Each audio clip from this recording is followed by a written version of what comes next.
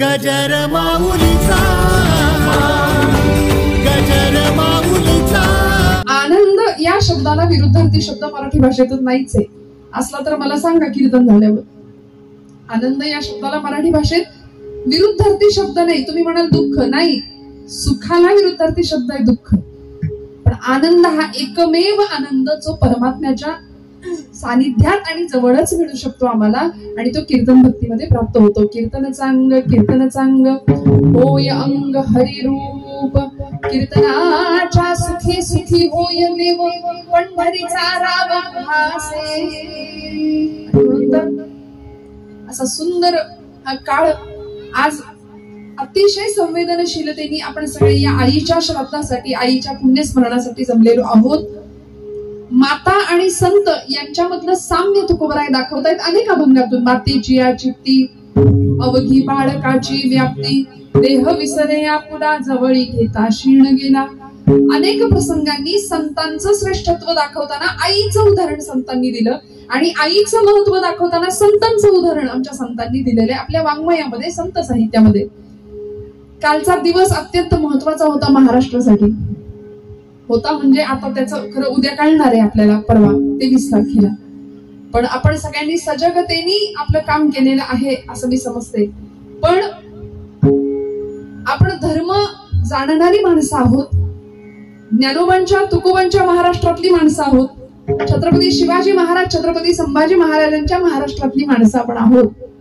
त्यामुळे आपण धर्माची माणसं आहोत, धर्माचरण करणारी आहोत. त्यामुळे तो विचार करूनच आपण योग्य तो निर्णय घेतला असेल असं मी समजते. संतश्रेष्ठ जगद्गुरु तुकोबारायांनी शककर्त्या राजा छत्रपती शिवाजी महाराजांच्या मार्गदर्शनाचं अत्यंत सुंदर काम केलं. भक्तीची दीक्षा दिली, पण भक्ती शिकवत असताना तुकोबाराय छत्रपती शिवाजी महाराजांना हेही सांगत होते, राजा, धर्माचे पालन करणे पाखंड खंडन हेची आम्हा करणे काम, बीज वाढवावे नाम.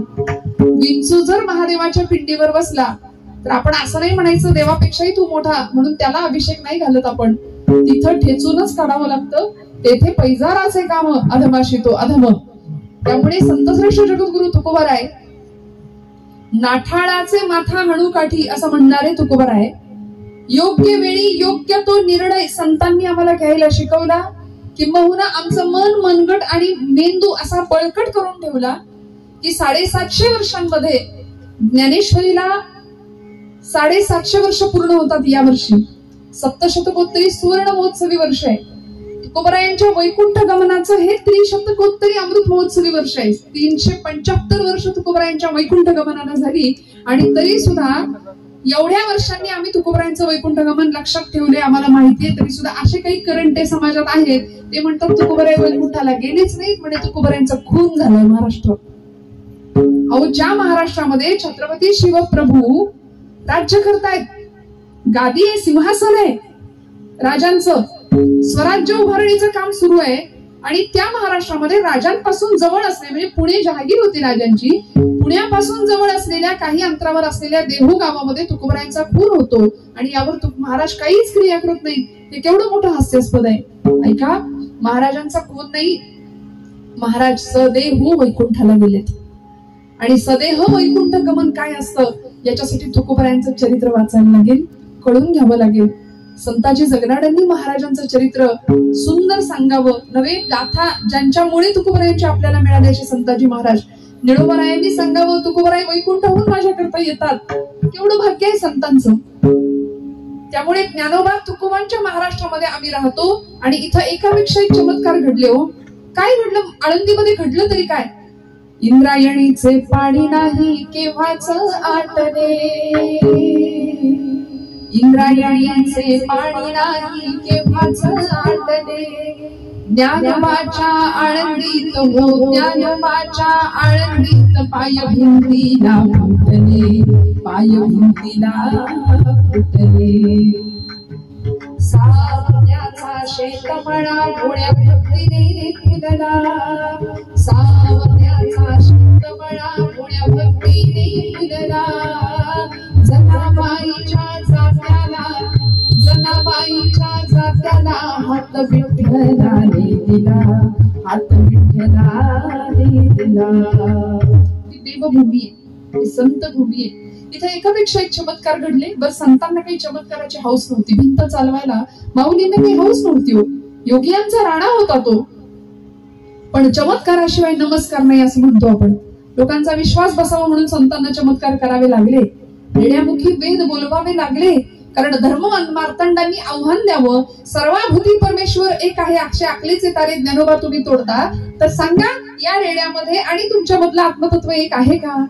माऊलींनी ज्ञानाच नाव होतं त्या रेड्याचं.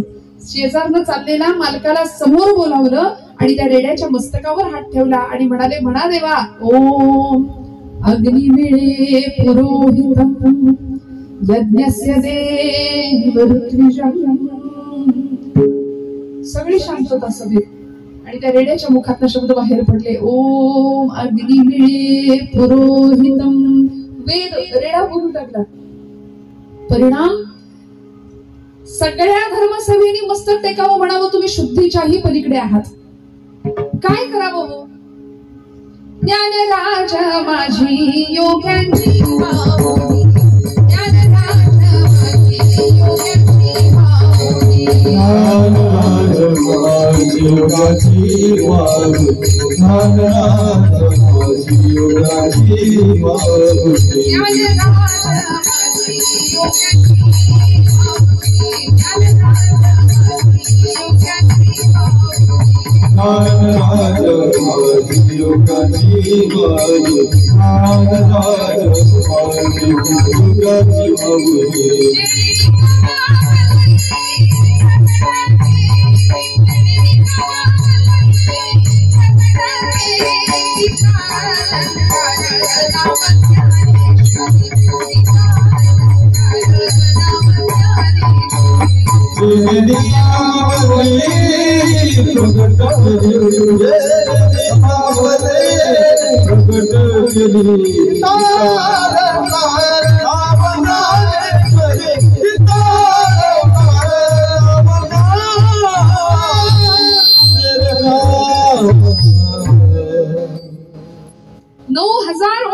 ग्रंथ ज्ञानेश्वरीच्या रूपाने आमच्या समोर आणून ठेवलं माऊलींनी सच्चिदानंद बाबांच्या माध्यमातून.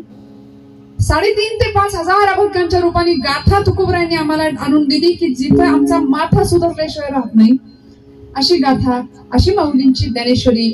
या सगळ्या धर्मग्रंथांचा किंवा या सगळ्या ग्रंथांचा प्रयोजन तरी काय होतं, काय गरज होती हे सगळं करण्याची गरज काय होती? वास्तविक संतांच्या बाबतीमध्ये जर सांगायचं झालं तर माऊली म्हणते, मागील या जन्मात मुक्त झालो, आम्ही गेल्या जन्मात मुक्त झालोय, मग आम्ही परत का आलो? आणि परत हा घाट, गीतेवरची ही टीका, 9,000 ओव्यांची ज्ञानेश्वरी, तुकोबरायांचा 5,000च्या संख्येमध्ये गाथा, अभंग, चांगदेव 65 अमृतानुभव, हे सगळं कशासाठी? याचं उत्तर एकच आहे, ऐसी कळवळ्याची जाती करीला भाविड प्रती. याचं उत्तर एकच आहे, पुढते हे जन न देखवे डोळा, येतो कळवळा म्हणून या. म्हणून ज्या संतांना संतत्व प्रदान झालं, किंबहुना देवते संत निमित्त त्या प्रतिमा, या न्यायाने देवच संत रूपाने प्रत्येक कुळात प्रत्येक जातीत अवतीर्ण झाले. आणि या संतांच्या रूपाने महाराष्ट्र माऊलीची किंवा महाराष्ट्रातल्या समाजाची किंबहुना संबंध जगाची, हे विश्वाची माझे घर असं म्हणून वसुधैव कुटुंबकम ही धारणा संतांनी हृदयात बाळगली आणि आईसारखं प्रेम या समाजावरती केलं. जगाच्या कल्याणा संतांच्या विभूती, देह कष्टविती पर उपकारे. म्हणून संत मांदियाळीमध्ये प्रमुख परम पूजनीय प्रातस्मरणीय असलेले संतश्रेष्ठ जगद्गुरु तुकोबराय पांडुरंगाचं इतकं सुंदर कीर्तन करावं, भजन करावं, नामस्मरण करावं, प्रपंचाला बाजूला ठेवावं 18 विश्व दारिद्र्य प्रपंचामध्ये, पण तरी सुद्धा महाराज म्हणायचे, बरे झाले देवा निघाले दिवाळे, बरी या दुष्काळी पीडा केली. बरं झालं, संसार तापे तापलो मी देवा, करिता या सेवा कुटुंबाची. कारण माऊलींचं सुद्धा म्हणणं आहे, लटिका व्यवहार सर्व हा संसार,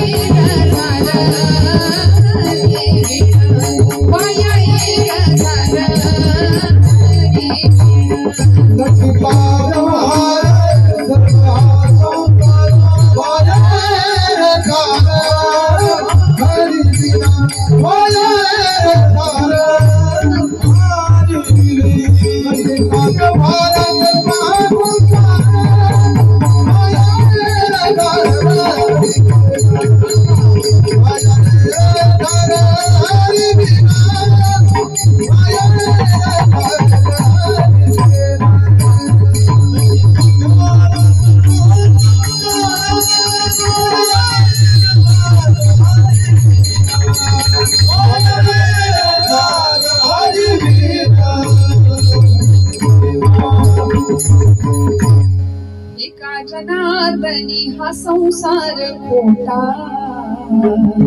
हरिभक्ती करा तेणे तोटा, हरिभक्ती करा तेणे तोटा, हरिभक्ती करा तेणे तोटा. संतांनी ठाम सांगून दिला हा संसार खोटा आहे आणि खोट्या असलेल्या संसारामध्ये सुद्धा परमात्मा प्राप्तीचा मार्ग संतांनी अतिशय सुंदर पद्धतीने सांगून दिला. का? कारण जगाच्या कल्याण संतांच्या विभूती, सगळ्या जगाचं कल्याण व्हावं ही एकमेव इच्छा धरून संत आम्ही वैकुंठीचे वासी आलो याची कारणासी या ध्येयाने याच एका लक्ष्याने इथं जन्माला आले आणि आईसारखं समाजावर प्रेम केलं. त्यामुळे कसं आईचं प्रेम असतं, काय आई नेमकी धारणा ठेवते आपल्या लेकराप्रती तुकोबराय सांगतात अभंगाच्या प्रथम लेकुराचे हित, लेकुराचे हित, लेकुराचे हित, लेकुराचे हित, लेकुराचे हित, लेकुराचे हित, लेकुराचे हित,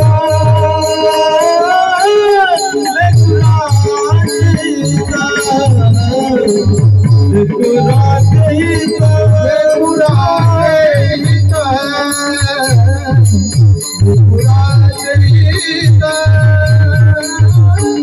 लेकुराचे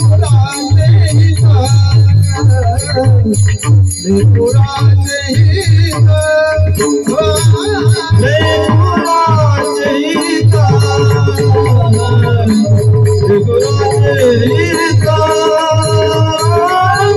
लेकुराचे हित, लेकुराचे हित, माहे मामुलीचे चित्त,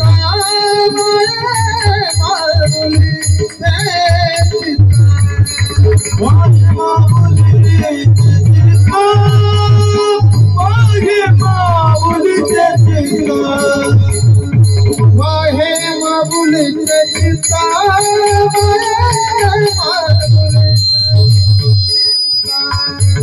माहे मामुलीचे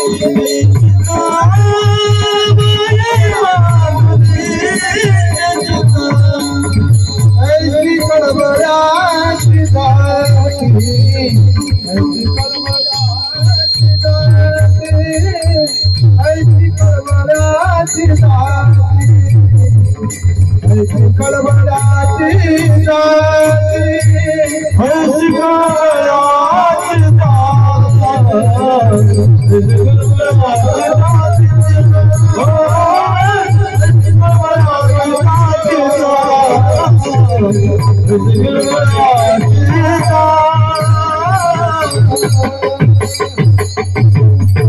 लेकुराचे हित वाहे माऊलीचे चित्त, ऐसी खळवळ्याची जाती करीला भावीण प्रीती.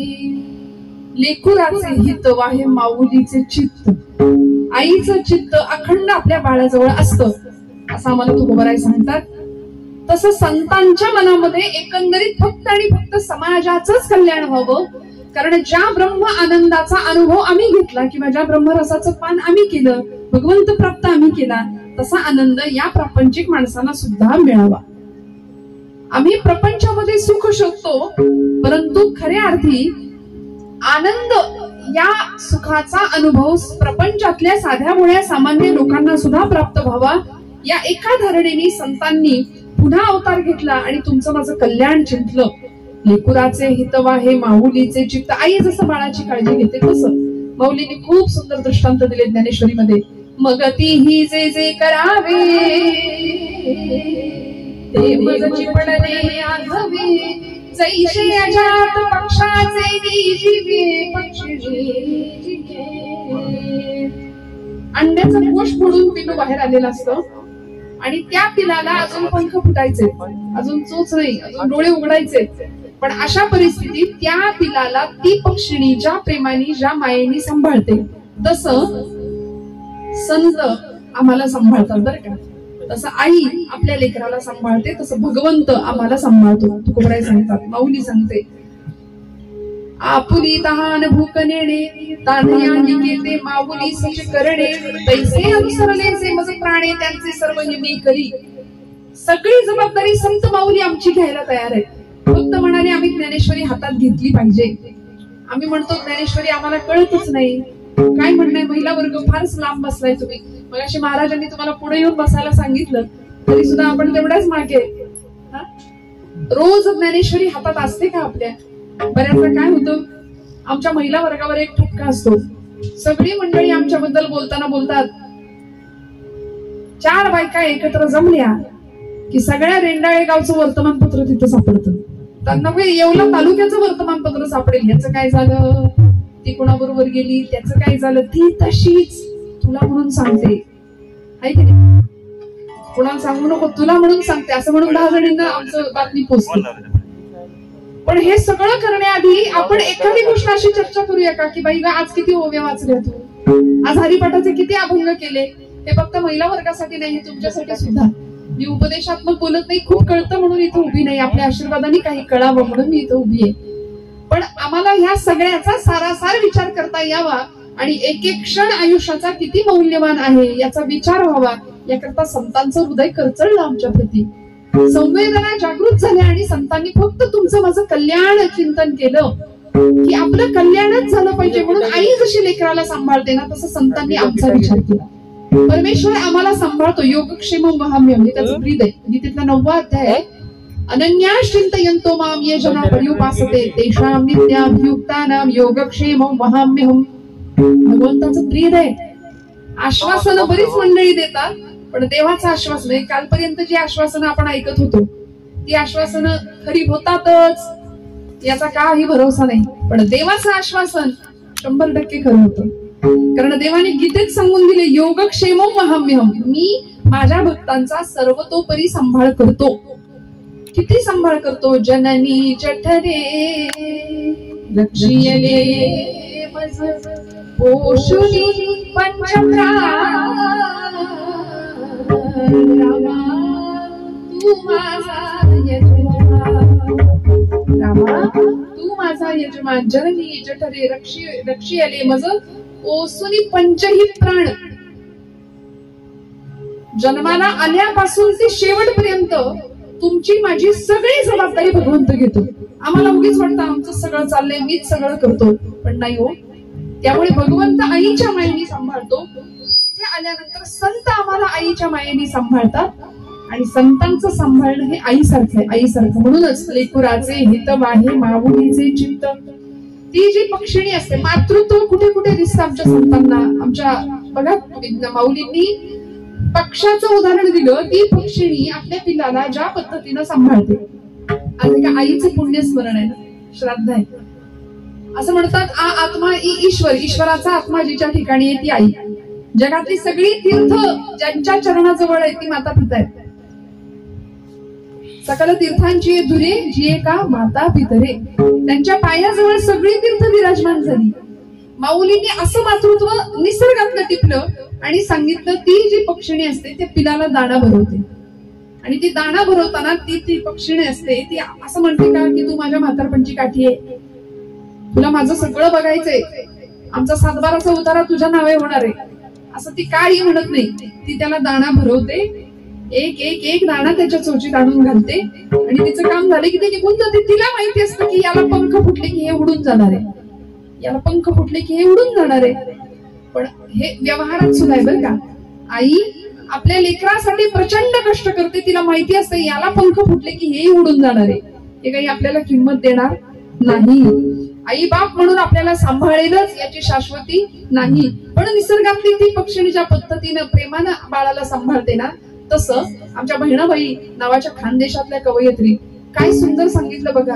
अरे खोप्यामंदी खोपा सोगडणीचा चांदला, अरे खोप्यामंदी खोपा सोगडणीचा चांदला, एका पिकासाठी तीन सुख झाडाने नांगरला, एका पिकासाठी तीन सुख झाडाने नांगरला.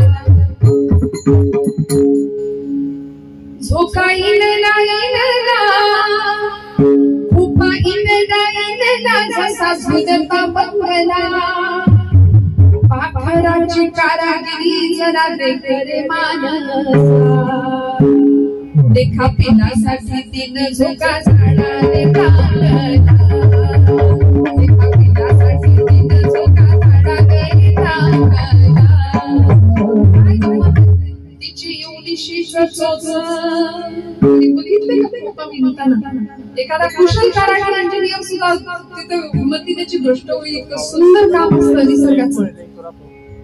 तिची एवढीशी चोच तेच दात तेच ओठ आणि माणसाला प्रश्न विचारला तुला दिलं रे देवाने 2 हात 10 बोट तरी म्हणले माणूस माणसासारखा वागत नाही. माणसाची व्युत्पत्ती कुणापासून झाली?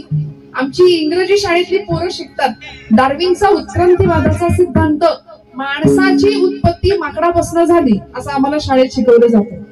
खरं आहे का? काय म्हणणं आहे तुमचं? काय आता शाळेत तर शिकवतायत, पुस्तकात तर शिकवतायत, मग पुस्तकातलं खरं की खोटं? आपलं काय म्हणणं आहे मागे? आपण माकडापासून निर्माण झालो म्हणजे आपले पूर्वज माकड? कसं शक्य आहे? जरा विचार करण्यासारखी गोष्ट आहे की नाही? म्हणजे वर्षानुवर्षे आमच्या पोरांच्या डोक्यामध्ये चुकीचा इतिहास या लोकांनी घातला. हे आपल्याला मान्य आहे? हो म्हणा, मान्य आहे. म्हणजे भारत देशावरती राज्य करायला ही मंडळी आली. 150 वर्ष इंग्रजांनी इथं राज्य केलं आणि इंग्रजी त्या राज्यावेळी आक्रमण इंग्रजांचं भारतावरती झालं. आता इथं सत्ता प्रस्थापित करायची. त्यावेळी लॉर्ड मेकॉले नावाचा एक इंग्रजी शिक्षण तज्ञ होता.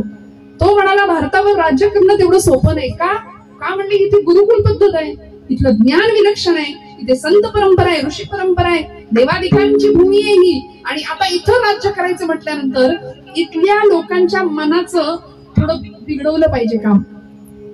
इथलं ज्ञान बदललं पाहिजे, इथली शिक्षण पद्धती बदलली पाहिजे. म्हणून शिक्षणाचा हेतू नाही धर्मसंस्कृतीचा आणि धर्मसंस्कृती बुडवावी हेतू इंग्रजांचा. ही परिस्थिती होती.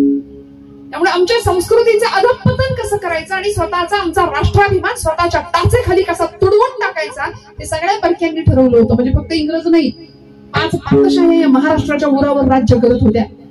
सगळीकडून यवनी आक्रमण होती. इंग्रज तर होतेच, पण या सगळ्यांच्या मध्ये यांनी केलं काय? आमच्या भारतीयांचा राष्ट्राभिमान स्वतःच्या टाचेखाली तुडवून टाकला. आमचं ज्ञान, आमची संस्कृती, आमची परंपरा याचा अभिमान आम्हाला राहिला नाही. मग आमच्या पोरांना शिक्षण द्यायला सुरुवात केली ती इंग्रजी शिक्षण.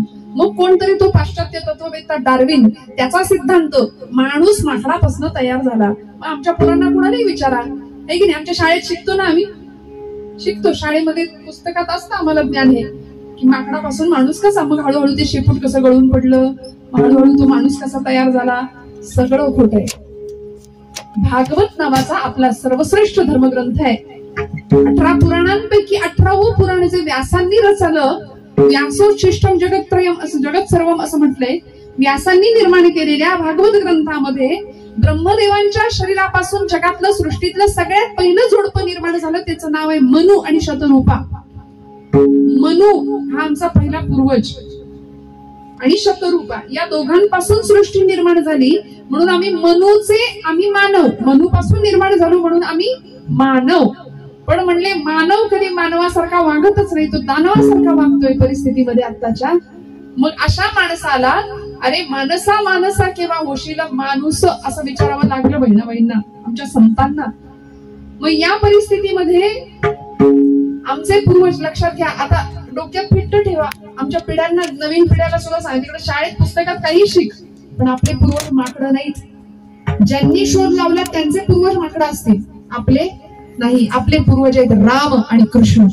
आपले पूर्वज आहेत छत्रपती शिवाजी महाराज आणि छत्रपती संभाजी महाराज. त्यामुळे कधीही जय जयकार करताना या आम्ही मानदंड, या भारत भूमीचा मानदंड राम आणि कृष्ण आहे. कारण चंद्रवंश आणि सूर्यवंश असे 2 वंश आहेत. यामध्ये चंद्रवंश म्हणजे चंद्रवंशाचा झाला यदुवंश, यादव. आता यदुवंशामध्ये गोपालकृष्णांचा जन्म आहे. तसं यादव म्हणून बरेच आमची मंडळी झाली. तुम्ही का हसताय बारीक मला नाही माहिती. यादव म्हटले की का तुम्हाला, पण गोपालकृष्ण यादव होते. त्यांनी गायी सांभाळल्या, त्यांनी गायीला चारा खायला घातला, पण बाकीच्या यादवांनी चारा खाल्ला गाईचा, नाही का? त्यामुळे यदुवंशात भगवान गोपाल कृष्ण आणि सूर्यवंशामध्ये प्रभू रामचंद्र जन्माला आले. रघुकुल रीत सदा चली आई, प्राण जाय प्रवचन न जाय. ही रीत होती प्रभू रामचंद्रांची. इतका सुंदर वंश. आणि या चंद्रवंशामध्ये, या सूर्यवंशामध्ये बघा, यादवांचे झाले जाधव पुढे जाऊन, आणि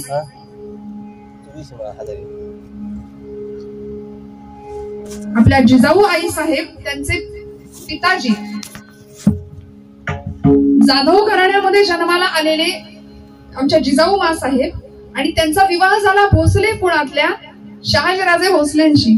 म्हणजे भोसल्यांचं कुळ हे सूर्यवंशीय कुळ, जाधवांचं कुळ हे यदुवंशीय म्हणजे चंद्रवंशीय कुळ. आणि असा चंद्रवंश आणि सूर्यवंश एकत्र येतो तेव्हा या राजाचा शककर्ता छत्रपती शिवाजी महाराज जन्माला येतात. चंद्रवंश आणि सूर्यवंश. त्यामुळे आम्ही वारसदार आहोत ते छत्रपती शिवाजी महाराजांचे. आता राजांच्या नावावरनं सुद्धा अनेक प्रकारची राजकारण केली जातात, जातीपातीचं राजकारण केलं जातं. अहो, संतांना सुद्धा आमच्या समाजाने जातीत वाटलं की नाही? खरं सांगा. ज्ञानोबा अमुक एका जातीचे, तुकोबा अमुक एका जातीचे, सावतोबा अमुक एका जातीचे. जाती संतांनीच सांगितल्या. आमची माळीयाची जात शेत लावू बागाया, संतांनी सांगून दिले. नामदेवांनी सांगितली स्वतःची जात. पण आम्ही संतांना जातीत वाटणं कितपत योग्य आहे? संतांना जातीत आम्ही जर वाटायला गेलो तर आम्ही मातीत जाऊ, एवढं लक्षात ठेवा. त्यामुळे हा हिंदू धर्म एकसंध आहे, जातीपातीमध्ये विभागलेला नाही. हे जे आमच्या डोक्यामध्ये खूळ इतक्या वर्षापासून चाललंय ना, त्यामुळे हिंदू धर्माचं पतन सुरू आहे. जातीपातीत वाटलेला हिंदू धर्म 500 वर्षांचा वनवास संपवून प्रभू रामचंद्र अयोध्येच्या सिंहासनावर 22 जानेवारीला बसले. 14 वर्षाचा वनवास संपवला अयोध्येत, आणि अयोध्येचं सिंहासन प्रभूंनी प्राप्त केलं. पण इकडे 500 वर्ष लागली या सिंहासनावर बसायला. आणि बसल्यानंतर काय घडलं? या देशामध्ये 30 कोटी मुसलमान एकत्र आले आणि जातीपातीत विभागलेला सगळा हिंदू बांधव पुन्हा विभक्त झाला आणि पुन्हा राजकारण जातीपातीची पुन्हा भांडायला लागले. काय होणार आमचं? आम्ही जर सावध नाही झालो ना, तर इथून पुढच्या काळामध्ये हिंदू म्हणून जगता येईल की नाही माहिती नाही. आम्हाला असं वाटतं फक्त लव जिहाद, एकच जिहाद आपल्याला माहितीये. 18 प्रकारचे जिहाद आहेत श्रोते हो, 18. वक्फ बोर्ड आपण ऐकताय, लँड जिहाद, अशी गावच्या गावं गिळंकृत केली जात आहेत. आमच्या पुढच्या पिढ्यांना जमिनीवर पाय ठेवायला तरी शिल्लक राहील की नाही, हिंदू म्हणून घ्यायला सुद्धा येईल की नाही, ही फार मोठी भीती आहे पुढच्या येणाऱ्या काळामध्ये. त्यामुळे आता मोठ्या माणसांवर जबाबदारी आहे. येत वडील जे जे करीती माऊली म्हणते. मी माझ्या पदरचं नाही सांगत, माझी ज्ञानोबा माऊली ज्ञानेश्वरी सांगते. येत वडील जे जे करीती तया नाम धर्म ठेविती, तेची ये रामष्ठिती सामान्य सकल. मोठ्या माणसांवर फार मोठी जबाबदारी असते ना. बापच जर पानपट्टीवर रोज जात असेल तर पोरगा दुसरं काय करणार? आईने आई म्हणून जर संस्कार लेकरावर नाही केले तर लेकरू घडेल कसं?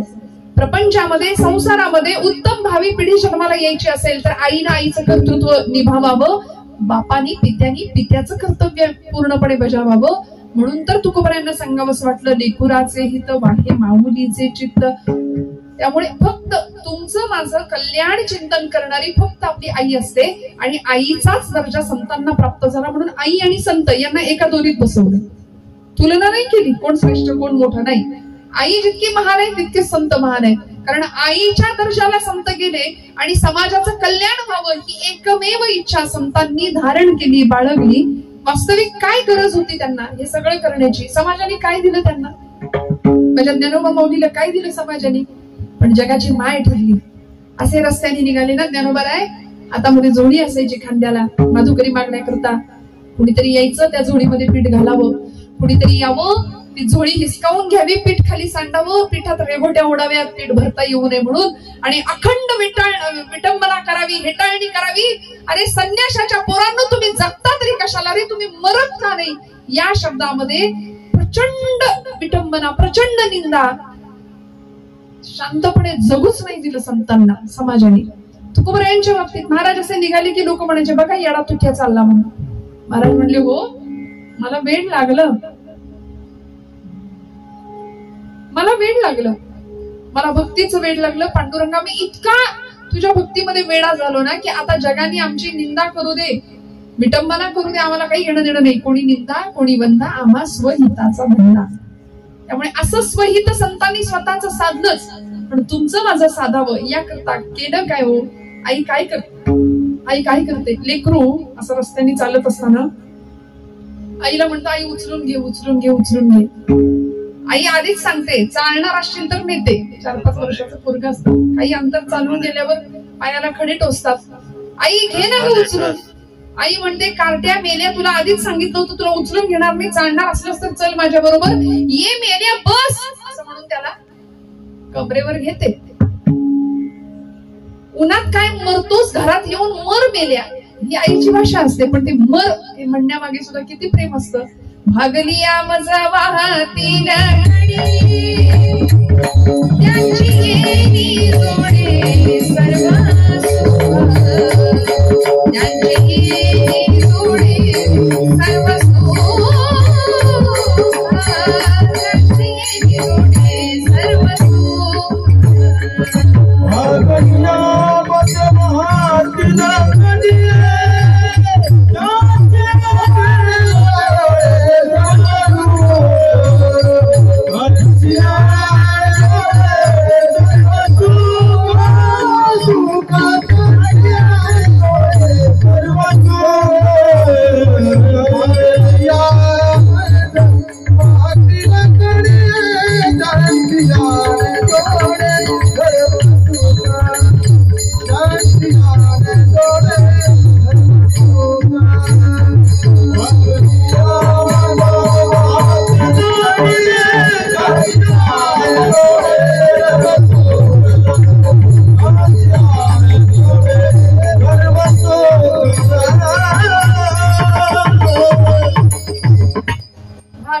मजा वाहतील वाहतील कडिये त्यांची येणी जोडे सर्व सुख, तेची माझे हित करीती सकळ.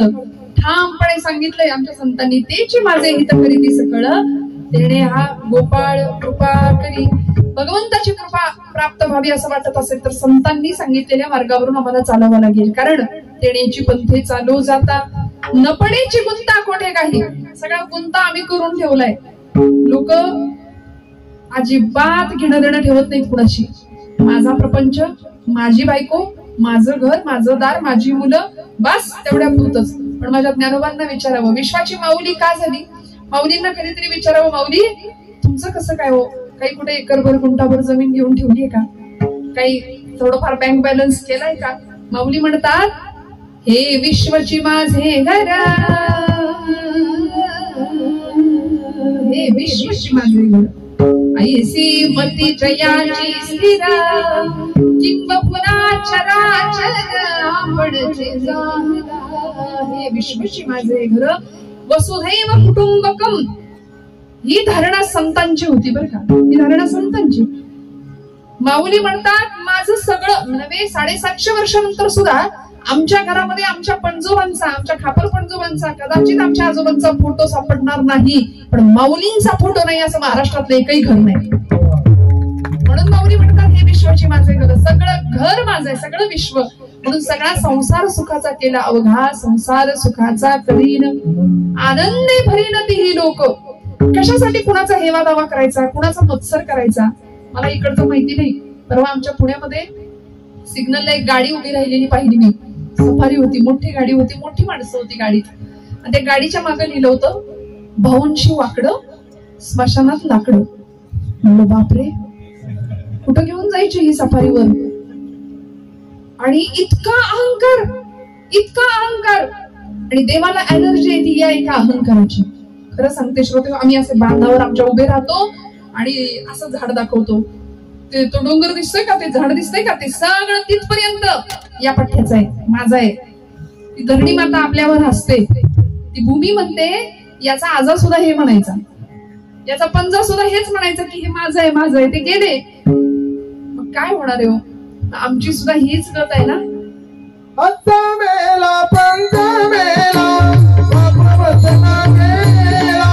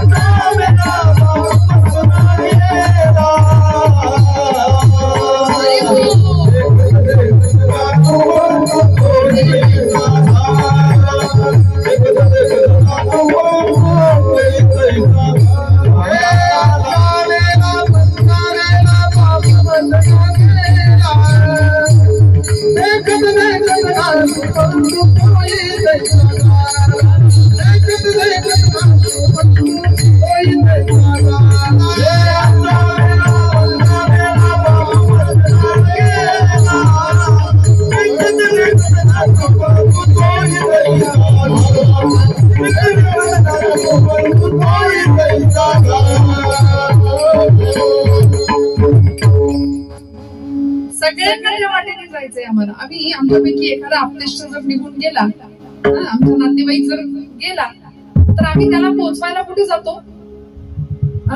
स्मशानात जातो, घाटावर जातो. फार सुंदर एक प्रकरण आहे, यक्ष प्रश्न नावाचं महाभारतामध्ये. लक्ष देऊ नाही का? काय झालंय, श्रोत्यांना असं वाटतं बरं का महाराज, भरपूर हसायला मिळालं म्हणजे कीर्तन छान. कदाचित तुम्ही आहेर परिवाराला म्हणाल काय कीर्तन जमलं नाही, हसवलंच नाही, हसायलाच नाही मिळालं. मी हात जोडून सांगते, हसण्यासाठी कीर्तन नाहीये. कीर्तन हे मनोरंजन नाही, मनोभंजनाचं शास्त्र आहे. कीर्तन हे टाइमपास नाही, कीर्तन हे लाईफ पास करण्याचं शास्त्र आहे. काय करायचं इथे येऊन? सगुण चरित्रे परम पवित्रे सादर वर्णावी, ऐसी कीर्तन मर्यादा हो संतांच्या घरची, जेणेकरून मूर्ती ठसावी अंतरी श्रीहरीची, ऐसी कीर्तन मर्यादा हो संतांच्या घरची. त्यामुळे 1.5-2 तासाच्या कीर्तनामध्ये माझ्या बरोबर आपल्या सगळ्यांची जबाबदारी आहे. त्यामुळे लोकांना कीर्तनात सिद्धांत, तत्वज्ञान, शास्त्र, दृष्टांत, सिद्ध काही आवडत नाही. ते असं काही सांगायला लागलो आम्ही की लोक म्हणतात याच्याशी आमचा काही संबंध नाही, आम्हाला विनोद सांगा. आणि मग हे म्हणजे असं झालंय की अगदी लास्ट स्टेजवर असलेला पेशंट असतो, ऍडमिट असतो, तो म्हणतो डॉक्टरांचा माझा काही संबंध नाही. बघा, आमचं म्हणणं हे असं आहे, आम्हाला असं वाटतं आमचा डॉक्टरचा माझा जसा संबंध नाही, असं जसा एखादा पेशंट म्हणतो ना, तसं कीर्तनातल्या निरूपणाशी, तत्वज्ञानाशी आमचा संबंध नाही असं म्हणण्यासारखं आहे. त्यामुळे जर संतांनी आम्हाला मर्यादा घालून दिली आहे ना, तर माफ करा मला, टाइमपास नाही, हसण्याकरता नाही, हसण्याकरता हास्य जत्रा आहे. लाफ्टर शोज बरेच टीव्हीला असतात, प्रत्येकाच्या हातात मोबाईल आहे, सगळं आहे. परिस्थिती इतकी विलक्षण आणि विचित्र होऊन बसली की आमची पोरं हातात पुस्तक घ्यायला तयार नाही, ग्रंथ घ्यायला तयार नाहीत. कीर्तनामध्ये सुद्धा तरुणांची संख्या किती असते, आता इथे अगदी हाताच्या बोटावर मोजता येतील एवढी तरुण मंडळी आहे, बाकी सगळे ज्येष्ठ नागरिक आहे आपण. का हो, का आमची पावले इकडे वळत नाही? स्वामीजी म्हणतात तेजस्विता, तपस्विता आणि तत्परता हे 3 गुण आहेत तरुणाईचे बरं का. तरुण कसा असला पाहिजे? तेजस्वी असला पाहिजे, तत्पर असला पाहिजे. तेजस्विता, तपस्विता आणि तत्परता याला म्हणायचं तरुण. पण आमची परिस्थिती अशी आहे की संध्याकाळ झाली की तो तरुण धरून आणावा लागतोय, आहे की नाही?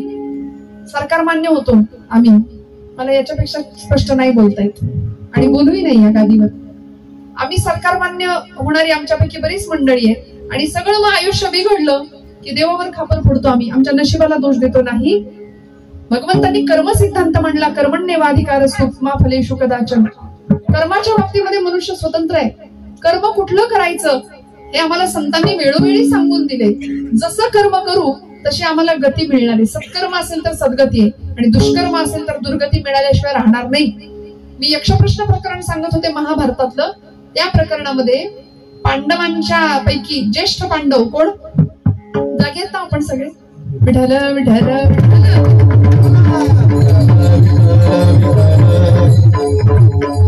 पांडवांच्या पैकी ज्येष्ठ पांडव असलेला त्याचं नाव आहे धर्मराज युधिष्ठिर. युधिष्ठिर म्हणजे जो युद्धी स्थिर आहे तो युधिष्ठिर. कुठलीही परिस्थिती येऊ दे आयुष्यामध्ये जो स्थिर राहतो, न्यूट्रल राहतो, बॅलन्स्ड ज्याचं आयुष्य आहे त्याला म्हणायचं युधिष्ठिर. तो फरक नाही पडून घेत कशाचा. आम्ही सुख आले की लगेच नाचायला लागतो, दुःख आले की तेवढं ढसळून जातो. असं नाही, असं छान न्यूट्रल आम्हाला राहता येईल का? युधिष्ठिर आम्हाला सांगतो युद्धी स्थिर राहा. कारण आमच्याही जीवनामध्ये रात्रंदिना आम्हा युद्धाचा प्रसंग तुकोबराय सांगतात. अंतर्बाह्य जग आणि मन. दिवसभर बरं मला सांगा ना, ईसीजी वरची रेषा कधी सरळ असते का? जिवंत माणसाची ईसीजी वरची रेषा कधी सरळ नसते. मग जिवंतपणाचं हेच लक्षण आहे, चढ आणि उतार, संघर्ष, दुःख, सुख हे येतच राहणार आहे. सुखाचं नाणं उचललं की पाठोपाठ मागे दुःखाचा काटा तो आपोआप येणारच आहे, तो टोचणारच आहे. असं नाही फक्त सुखाची अपेक्षा आम्ही करू शकत.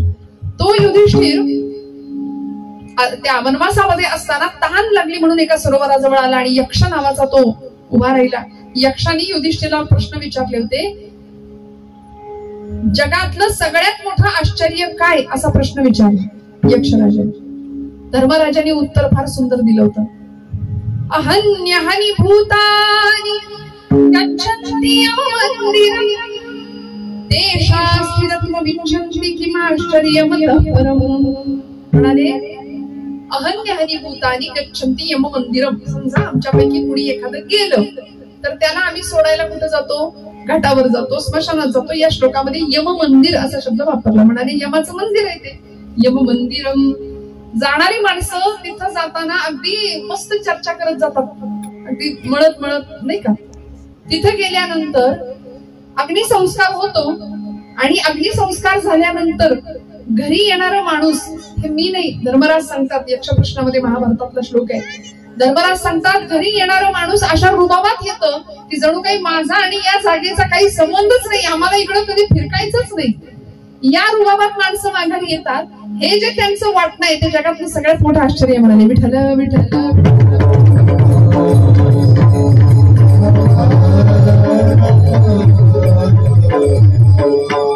वेळोवेळी संतांनी आईसारखी आमची काळजी घेतली आणि आम्हाला सतत सांगितलं, बाबा रे, भान असू द्या क्षणक्षणा, आजी करावा विचार, करावया पार भव सिंधू, नाशिवंत देह जाणार सकळ, आयुष्य खातो काळ, सावधान. आई सावध करते लेकराला. 2 चापट्या मारते चुकला तर. पण तेच लेकरू जर आजारी पडलं तर त्याच्या उशा पायथ्याशी बसणारी आईच असते. त्यामुळे संत आईची भूमिका बजावतात आणि संत आम्हाला वेळोवेळी कानउघाडणी सुद्धा करतात. संत आईच्या मायेने आम्हाला सांभाळतात सुद्धा. कारण अभंगाचं दुसरं चरण.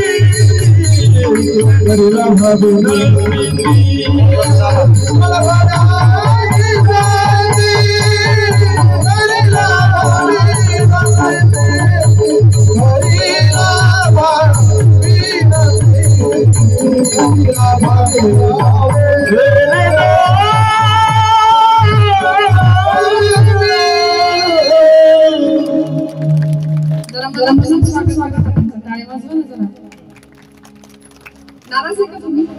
मागची मंडळी नाही, ऊन लागतंय का? जागे आहेत ना सगळे?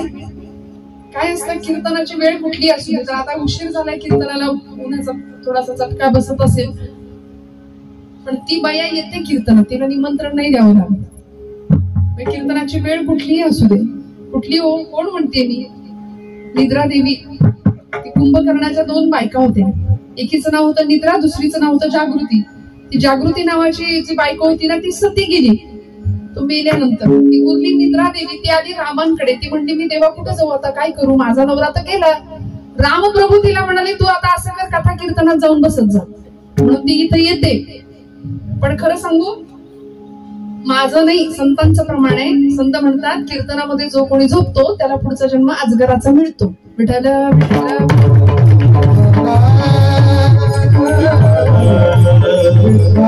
आणि पुढे ऐका, त्याच्या शेजारी जो कोणी बसलाय तो जागा असला तरी त्याला बेडकाचा जन्म आहे. त्यामुळे सावध राहा. सावधतेचा इशारा, उत्तिष्ठ जागृत प्राप्य वरांनी बोधित, हा इशारा आम्हाला संतांनी सतत केलाय. का हो? त्याचं कारण आहे, ऐसी कळवळ्याची जाती करी लाभावीण प्रीती. आमचं कल्याण झालं, तुमचंही कल्याण झालं पाहिजे हे संतांना वाटतं, हे आईला वाटतं, आपल्या लेकराचं आपल्याला वाटत नाही. आपल्याला वाटतं शेजारच्यांचं वाटोळ होऊ दे. एक जण गेला ना डॉक्टरांकडे, म्हणला डॉक्टर पोटात दुखतंय. डॉक्टर म्हणले नेमकं कधीपासून दुखतंय? नाही म्हणाले, सांगता येणार नाही पण दुखतंय. काही खाण्यात आलंय का? काही कुपथ्य झालंय का? नाही म्हणाले डॉक्टर, तसं पण नाही काही झालं, चांगली तब्येत होती पण दुखायला लागले. नेमकं कधीपासून दुखतंय?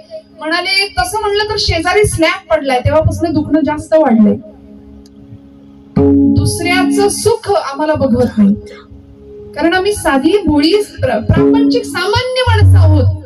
म्हणून तर मनुष्य जन्माचं कर्तव्य आयुष्याच्या साधने सच्चिदानंद पदवी घेणे. संतांनी दाखवलेल्या मार्गावर आम्ही चालू ना, तेव्हा आम्हाला समाजाचं दुःख कळेल की काय महापुरुषांचं आयुष्य तुमच्या माझ्यापेक्षा वेगळं का होतं. विवेकानंद, स्वामी विवेकानंद, छत्रपती शिवाजी महाराज, भगतसिंग, काय अशा माता त्यांना भेटल्या आणि आईने असं घडवलं. त्यामुळे आईवर ज्यांनी ज्यांनी प्रेम केलं ती जगात मोठी ठरली. या देशाची प्रगती आई वेड्या माणसांनी केली, मी असं म्हणते. महापुरुष मोठे झाले कारण आईवर प्रेम केलं. म्हणून आज जिवंतपणी आई वडिलांना लाथा घालणारी करंटी पोरं घरामध्ये, किंबहुना दिवस दिवस चॅटिंग करतील, व्हॉट्सअप फेसबुक वर बोलत बसतील, नको त्यांच्याशी. 500 किलोमीटर वरच्या पोराला, मित्राला गुड मॉर्निंगचा पटकन रिप्लाय जाईल, पण दिवसभर आईचा चेहरा सुद्धा न बघणारी पोरं आहेत घरात.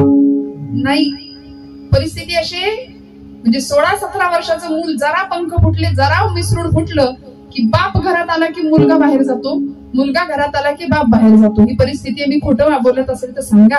संवाद नाही, प्रेम नाही, आपापसात सौहार्दाचं नातं नाही, मायेचा पदर नाही, स्नेहाची कदर नाही, आई वडिलांच्या बद्दल स्नेह नाही, आपुलकी नाही. आणि हिंदू धर्माचीच ही परिस्थिती आहे की आमच्या हिंदूंचीच माणसं वृद्धाश्रमात आई वडिलांना जास्त टाकतात. वृद्धाश्रमात हिंदूंची संख्या जास्त आहे. का हो? हाडाची काढ, रक्ताचं पाणी करावं का एक माता आम्हाला पुन्हा पुन्हा आठवावीशी वाटते. या महाराष्ट्राच्या इतिहासामध्ये सुवर्णाक्षराने जिचं नाव लिहावं, ज्या माय लेकरांचं, अशी माय लेकरं जगाला लाभली आऊसाहेब जिजाऊ आणि छत्रपती शिवप्रभूंच्या रूपाने. 5व्या वर्षी नवे गर्भात असतानाच सुंदर असं स्वप्न बघितलं होतं बाळाच्या डोळ्यात. गर्भातल्या बाळाला आऊसाहेब सांगायच्या, बाळा लेकरा जन्माला ये, पण जळण्याच्या तयारी ये माझ्या राजा, कारण आजूबाजूला सगळा अंधकार आहे. पण ज्योतीने ठरवलं ना जळायचं की मोठ्यात मोठ्या अंधाराचा पराभव करता येतो. आणि जन्म झाला, शिवाजी नाव ठेवलं. फाल्गुन वद्य तृतीयेचा तो दिवस, शिवनेरी किल्ल्यावर जन्म झाला. 5व्या जन्मापासूनच गर्भापासून जिच्यामध्ये स्वराज्याची प्रेरणा आऊसाहेब पेरत होत्या, अशा छत्रपतींचं आयुष्य फुलत गेलं, बहरत गेलं, स्वराज्याची स्थापना झाली. अनेक विघ्न आली, पण आईचं मार्गदर्शन होतं. प्रचंड राजकारणाचा दीर्घ अनुभव होता आऊसाहेबांना. वाटेल ते कर, वाटेल तसा वाग, नाही हा, अजिबात नाही, कुठेही कॉम्प्रोमाइज नाही. प्रचंड कठोर राहिले छत्रपतींच्या बाबतीत. आमचं कसं असतं, आमच्या आईचं, आमच्या पोराचा काही त्रास नाही, उठ म्हणलं की उठतो, बस म्हणलं की बसतो. अगदी वडिलांच्या वळणावर गेलाय, म्हणजे त्यांना सुद्धा कसं चालतं, विठ्ठल विठ्ठल. घरामध्ये जन्माला येणारं बाळ असं पराक्रमी पाहिजे ना, म्हणून माता पित्यांची जबाबदारी मोठी आहे. येत वडील जे जे करीती. का संतांना आईचा दर्जा दिला? आईची कळवळ्याची जाती. जिजाऊ मातोश्रींचा कळवळा होता छत्रपतींच्या बाबत की नाही, माझ्या लेकराच्या हातून समाजाचं उत्थान झालं पाहिजे. हिंदू धर्माला स्वतःचं सिंहासन मिळालं पाहिजे, स्वतःची गादी मिळाली पाहिजे. 32 मण सोन्याचं सिंहासन रायगडावर सज्ज होतं. शिवराज्याभिषेक दिन साजरा होतो आणि 7 नद्यांचं, 7 समुद्रांचं जल राजाच्या डोक्यावर अभिषिक्त होतं. राजे नमस्कार करायला येतात आईला अभिषेकाच्या पूर्वी. पाचाडच्या वाड्यावर आऊसाहेब होत्या आणि छत्रपती शिवप्रभू दर्शनाकरता, आईच्या दर्शनाकरता म्हणून आले, नमस्कार केला. आणि इतका काय माऊलीला आनंद झाला असेल आपण कल्पना करा की ज्या एका क्षणासाठी हिंदूंना, मराठी माणसाला मराठी माणसाचं सिंहासन प्राप्त व्हावं, माझ्या राजाच्या डोक्यावर छत्र चामर परिधान व्हावीत आणि राज्याभिषेक व्हावा हे स्वप्न ती माऊली पाहत होती आणि ते साकार होत होतं. काय आनंद झाला. पांग फेडले आपल्या आईचे, राजांनी पांग फेडले. आईचे पांग फेडावे लागतात बरं का. नाहीतर ते दोन अर्थी बोलले जातात. चांगलं रे पांग फेडतोयस माझं, तसलं पांग नाही. खऱ्या अर्थी आईचे पांग फेडावेत.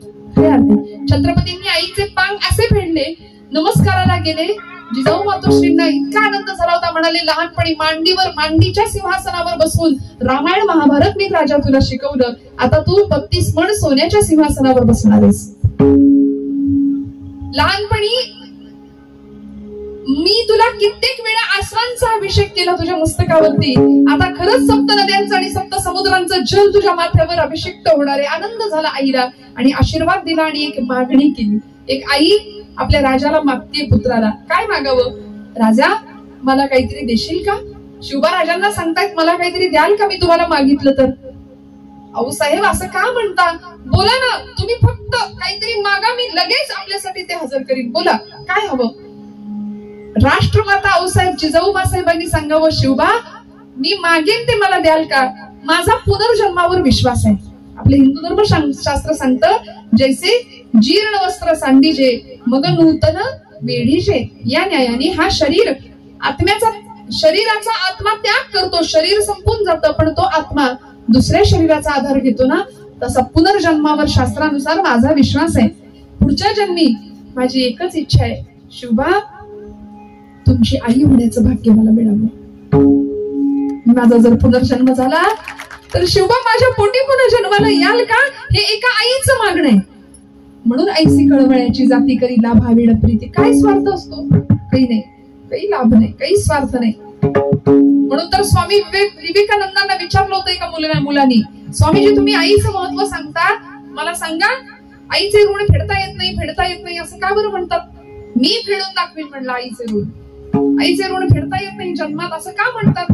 मी फेडेन. स्वामीजी म्हणले ते नंतर, आधी मी सांगतो ते एक काम कर. म्हणाले 1 किलो वजनाची एक वीट घे, तुझ्या पंचात गुंडाळ आणि पोटाला त्याच्या बांधली आणि 1 तास फक्त असा तू सगळी कामं कर म्हणाला. आता 1 किलोची वीट पंचामध्ये बांधून त्याच्या पोटाला बांधली आणि 1 तास सगळी कामं करायची, अजिबात तक्रार न करता. तो गेला, त्यात काय अवघड आहे म्हणाला. गेला, कुठलं काय 15 मिनिटात ते पोरग माघारी आलं. बसता येईना, उठता येईना, कुठलं काम करता येईना. स्वामीजींना हा मुलगा म्हणाला, नरेंद्रांना, स्वामी विवेकानंदांना, स्वामीजी मी तुम्हाला साधा प्रश्न विचारला होता, आईचे ऋण का फेडता येत नाही आणि तुम्ही मला काय ही शिक्षा दिली? स्वामीजी म्हणाले, तुझ्या प्रश्नाचं उत्तर तुला मिळालंय बाळा. अरे तुला मी 1 किलो वजनाची वीट तुझ्या पोटाला बांधायला सांगितली, तू 1 तासात माघारी आला, तुला 3 तास सुद्धा कड नाही निघाला. याच्यापेक्षा तिप्पट वजन तुझ्या आईने 9 महिने 9 मास पोटामध्ये वागवले, वाढवले, अनेक प्रकारच्या मरणांतिक यातना सहन करून तुला जन्माला घातलंय, म्हणून आईचे ऋण फेडता येत नाही. विठ्ठल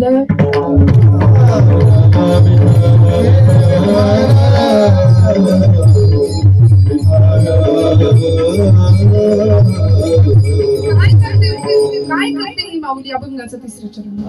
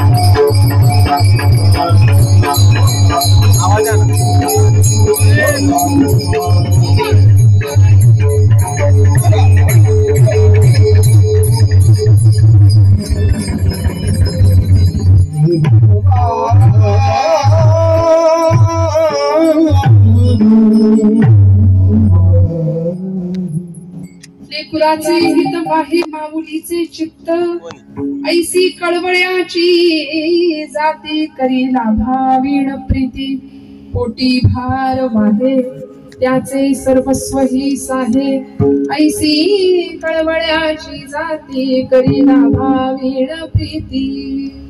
या जगामध्ये ज्यांची प्रगती झाली ना त्यांनी आपल्या आईवर प्रेम केलं। किती प्रेम करावं म्हणाले आईवर। संतांवर जितकं संतांनी आम्हाला आईचा दर्जा समजावून सांगितला, संतत्व पदाला आईला नेलं आणि आई संतांनी इतकी कशी श्रेष्ठ आहे। भगवंताला एकाने विचारलं की इमर्जन्सी जर तेव्हा तुला पाहायचं झालं भेटायचं झालं तर तू कुठं भेटशील? भगवंत उत्तर देतात मी आईच्या चरण स्पर्शात आहे। जगातली सगळी तीर्थ तिच्या पायाशी आहेत ना। मग म्हणाले एकदा नमस्कार करा। आमच्या तरुण पिढीला कधी कधी सांगावं असं वाटतं, पोरं म्हणतात आमची आई अडाणी आहे, आमच्या आईला काही कळत नाही, शिकलीच नाही। अहो 4 पुस्तकं कमी शिकली असेल, 4 पुस्तकं कमी शिकली असेल, पण मी हात जोडून सांगते आपल्या आईला कधीही अडाणी म्हणू नका, कारण तिच्या रूपाने अनुभवांचं अख्खं विद्यापीठ घरात वावरत असतं। या देशाचे नंतर झालेले संरक्षण मंत्री पण महाराष्ट्राचे मुख्यमंत्री कराडाचे एक सुपुत्र कृष्णा काटचे यशवंतराव चव्हाण, त्यांच्या आईचं नाव होतं विठामाता, त्यांचं आत्मचरित्र प्रसिद्ध आहे कृष्णा काट। त्यांनी लहानपणी भारत देशाचा म्हणजे इंग्रजांचं राज्य पण भारत देशाचा झेंडा आपल्या शाळेच्या जवळच्या एका झाडावर लावला म्हणून त्यांना कैद झाली। 8वीत होते, कैद झाली, तुरुंगात नेलं गेलं। लोक सांगत होते, जेलर सांगत होता माफी माग, तुला सोडू, लहान आहेस तू, तुझ्याकडून घडलेली ही चूक आहे, माफी मागितलीस की तुला आम्ही सोडू। पण विठामाता कशी करारी आई असते बघा। विठामाता भेटायला आल्या, म्हणल्या यशवंता माफी बिफी काही मागायची नाही, अजून काही दिवस तिथंच राहा, पण माफी नाही मागायची, काही चुकीचं काम केलेलं नाही. म्हणून तर आई अशी असते, यशवंता यशवंत हो म्हणायच्या. आणि खऱ्या अर्थी मुख्यमंत्रीच नाही तर सह्याद्रीचा पुत्र हिमालयाच्या मदतीला धावला. हा इतिहास आपल्याला माहितीये. चीनचं आक्रमण आणि भारतामध्ये ज्यावेळी चीनचं आक्रमण झालं होतं त्यावेळी भारताच्या संरक्षण मंत्री पदाची धुरा त्यांनी सांभाळली. स्वामी विवेकानंद त्रिखंडाचे स्वामी झावून आले होते. जगाचा हिरो होता स्वामी विवेकानंद म्हणजे. कारण त्यांचे व्याख्यानांचे दौरे असायचे तिकडे शिकागो धर्म परिषद गाजवल्यानंतर. पण ज्यावेळी भारतात आले, हत्तीवरनं मिरवणूक काढली गेली. कुणीतरी सांगितलं, नरेंद्र तुझी आई तुळशी वृंदावनाजवळ बसलीये. उतरले खाली, धावत एखादं लेकरू जसं आईच्या दिशेने धाव घेतं ना तसं धावत गेले आणि आईचा म्हणजे भुवनेश्वरी मातेचा पदर आपल्या डोक्यावर घेतला आणि आईला म्हणाले, आई आज मी त्रिखंडाचा स्वामी झालो म्हणाले.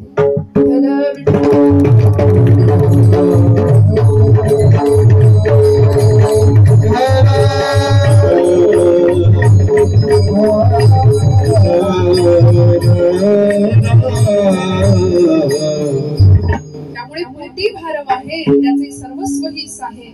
आपल्या लेकराचा सगळ्या पद्धतीचा भार सांभाळणारी माता असते, आई असते.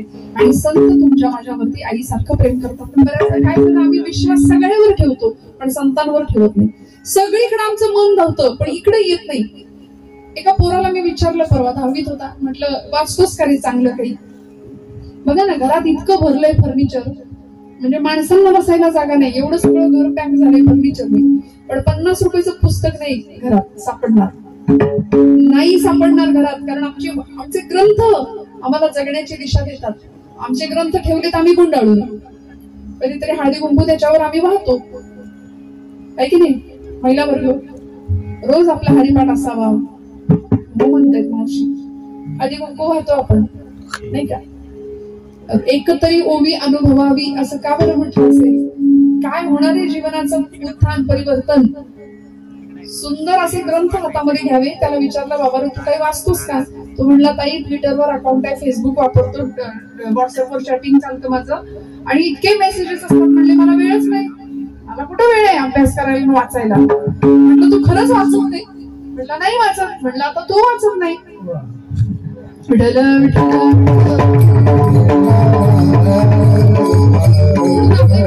वाचाल तर वाचाल, म्हणजे चांगलं वाचतील ते दीर्घकाळ जगतील. अहो आम्ही इतके संकुचित झालो की व्हॉट्सअपवरची भाषा सुद्धा चिन्हांची झाली आमची. आम्ही बोलायलाच तयार नाही. एकच पुष्पगुच्छ असतो, तो वाढदिवसाला आणि तो श्रद्धांजलीला. किती संकुचित झालो. एकमेकांना भेटणं संपलं, एकमेकांशी बोलणं संपलं, पत्रव्यवहार तर संपलाच. मी सांगते, पूर्वीची माणसं पैशानी गरीब होती पण मनाची फार श्रीमंती असायची. म्हणजे इतकी गरिबी असायची. बरं, घरामध्ये सगळ्यांच्या टीव्ही नसायचा, एकाच्या कोणाच्या तरी घरी टीव्ही. सगळ्यांनी त्या टीव्ही बघायला सगळ्यांनी जायचं. नंतर प्रत्येकाच्या घरामध्ये आले टीव्ही, पण ते ब्लॅक अँड व्हाईट होते, कलर टीव्ही घरात नव्हते. असा तो दरवाजा उघडायचा त्या टीव्हीचा, मला आठवते. आणि कायम घरातला एक माणूस अँटिनेवर, मुंग्या नाही का, केल्या का मुंग्या आल्या का, आणि मग ते भांडणं असायचे. आता पुढचा एपिसोड मी बघणार, तू उभं राहायचं वरती. इतका आनंद होता, प्रतिकूलता होती. आमचे ब्रह्मचैतन्य गोंदवलेकर महाराज म्हणतात, प्रपंचातली प्रतिकूलता ही परमार्थातली अनुकूलता ठरत असते. प्रपंच प्रतिकूल पाहिजेच. सगळं जर छान असेल तर आम्हाला देव कधीच नाही आठवणार, शेवटे कधीच नाही. दुःख में सुमिरन सब करे, सुख में करे न कोय, जो सुख में सुमिरन करे तो दुःख का हासे होय. आम्ही सुखात त्याला आठवत नाही, आम्ही दुःख आलं जरा काही बी नसलं की आम्हाला देव आठवतो. त्यामुळे इतका आनंद होता. माणसं म्हणजे टीव्ही रंगीत नसेल पण माणसाचं जीवन रंगीत होतं. एकमेकांप्रती आदर होता, स्नेह होता, प्रेम होता. सगळी गुण्या गोविंदांना एकत्र नांदत होती, राहत होती. म्हणजे मला तर आठवतं, माझी आजी इतकी देवखोडी होती की ते रामायण लागायचं रामानंद सागरांचं, ते लागलं की ती उत्पत्ती टीव्हीला ओळायची. अहो लोकांनी नारळ फोडले टीव्ही समोर. असं रामानंद सागरांचं कृष्ण महाभारत किंवा रामायण लागलं ना की टीव्ही समोर नारळ फोडायचे लोक. इतकं प्रेम होतं. आता तर रिमोट, एक सेकंद सुद्धा एक चित्र आम्ही बघत नाही. मग हे सगळं, ही सगळी भौतिक सुविधा साधनं कशा करता आली? आमच्या पोरांच्या, आमच्या पिढीच्या मेंदूचं नुकसानच यामुळे होत आहे. हातामध्ये किती वेळ मोबाईल घ्यायचा, हातामध्ये किती रिमोट घ्यायचा, तो रिमोट किती वेगाने, एक काही क्षणापेक्षा जास्त आम्ही एक चित्र पाहू शकत नाही. सतत बदलतोय. 200, 250, 500 चॅनल आहेत त्या टीव्हीवरती. काय म्हणून बघायचं आणि किती म्हणून बघायचं? जे बघायला पाहिजे ते आम्ही बघत नाही. काय बघायचं?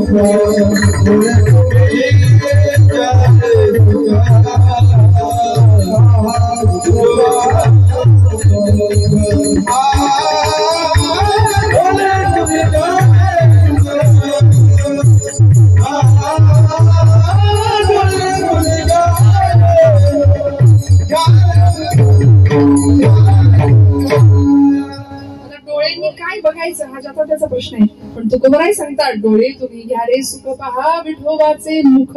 कानांनी काय ऐकायचं हा ज्याचा त्याचा प्रश्न आहे, पण संत आईच्या कळवळीने सांगतात तुम्ही ऐका रे कान माझ्या विठोबाचे गुण. म्हणून हात जोडून सांगते सगळ्या आमच्या माता भगिनींना, पुरुष वर्गाला, बंधू वर्गाला, पितृतुल्य वर्गाला, लेकरांना कीर्तनात घेऊन येत जा. काळाची खूप मोठी गरज आहे, खूप मोठी. हात जोडून विनंती करते नम्रतापूर्वक की आपली लेकरं कीर्तनाला आली पाहिजे, आपली लेकरं देवधर्माचं शिक्षण घेणारी ठरली पाहिजे, धर्म शिक्षण घराघरातनं दिलं गेलं पाहिजे. मला माहितीये कीर्तनाची वेळ भरपूर पुढे गेली, पण तरी सुद्धा झालेली सेवा भगवंत